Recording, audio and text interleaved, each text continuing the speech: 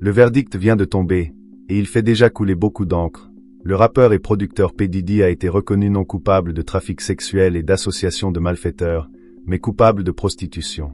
Mais alors, de quoi exactement était-il accusé? Que signifie réellement ce verdict? Quelle est sa peine? Et surtout, quelles sont les conséquences à venir? Mes amis, installez-vous confortablement, car ce que je vais vous révéler risque de chambouler complètement votre perception d'Hollywood. Aujourd'hui, on se retrouve pour un nouveau format d'actualité brûlante, un sujet qui va certainement évoluer dans les prochaines heures. Avant d'entrer dans le vif du sujet, pensez à vous abonner pour nous aider à atteindre les 100 abonnés et soutenir notre travail. Mais avant d'analyser ce verdict explosif, un petit rappel s'impose. Qui est vraiment P. Diddy?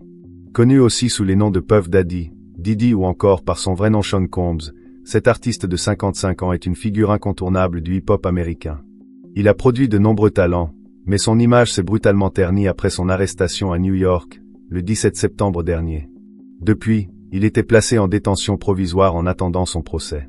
Les accusations étaient lourdes, il aurait exploité son empire pour mettre en place un vaste réseau de trafic sexuel, utilisant la violence, l'alcool ou des substances illicites pour contraindre plus de 120 victimes à des actes sexuels. Parmi elles, 25 étaient mineures au moment des faits, selon leurs avocats. Mais P. Diddy était également accusé d'avoir forcé des femmes, dont son ancienne petite amie, la chanteuse Cassie, et une ancienne compagne plus récente ayant témoigné anonymement sous le pseudonyme de Jane, à se livrer à des marathons sexuels avec des prostituées pendant qu'elles se filmaient ou se masturbaient. Et ces événements auraient eu lieu lors de freak-offs parties, des soirées sexuelles de plusieurs heures ou plusieurs jours. À ce propos, notez que certains témoignages affirment que d'autres personnalités connues étaient présentes lors de ces soirées. Nous avons déjà eu l'occasion d'en parler sur la chaîne. Enfin, notez qu'en 2023, Cassie avait déjà porté plainte contre lui pour un viol remontant à 2018. L'affaire a finalement été réglée à l'amiable en 24 heures, avec un arrangement financier. Quant au procès, il a débuté il y a 7 semaines, début mai à New York. Attention, c'est un point très important à comprendre pour ce procès précis, qui dure depuis 7 semaines. 2 personnes ont accusé P. Diddy. Il s'agit de Cassie, ainsi que d'une autre femme, comme nous l'avons dit, présentée sous le pseudonyme de Jane.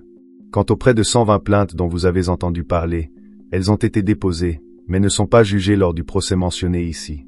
Ces plaintes feront potentiellement l'objet d'autres procès dans les mois ou les années à venir. Une fois cette importante précision apportée, il a été dit que ce procès avait duré longtemps. Lors de ce procès, des enregistrements de ces marathons sexuels ont été diffusés, ainsi que ceux des caméras de surveillance d'un hôtel de Los Angeles, sur lesquels on voit le rappeur allongé sur le sol, Cassie, et la frapper en 2016. Par ailleurs, on peut noter que 34 personnes ont témoigné, dont Cassie, mais aussi son ex-partenaire, resté anonyme.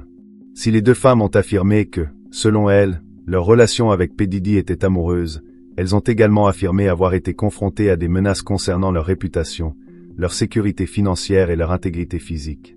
De son côté, P. Diddy a refusé de témoigner, une stratégie de défense assez courante aux États-Unis. Il a également plaidé non coupable et, selon lui, toutes les relations étaient consenties. Au total, P. Diddy était visé par 5 chefs d'accusation, 2 de trafic sexuel, 2 de prostitution et 1 d'association de violeurs, présentés dans ce cas comme un complot d'escroquerie. Cette dernière accusation était vraiment la plus grave, car elle pouvait aller de la prison à la réclusion criminelle à perpétuité. Et ce mercredi, les 12 jurés ont rendu leur verdict. Alors, que dit-il? P. Diddy ira-t-il en prison?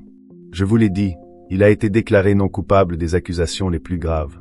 Plus précisément, il a été déclaré non coupable de trafic sexuel et d'association de violeurs.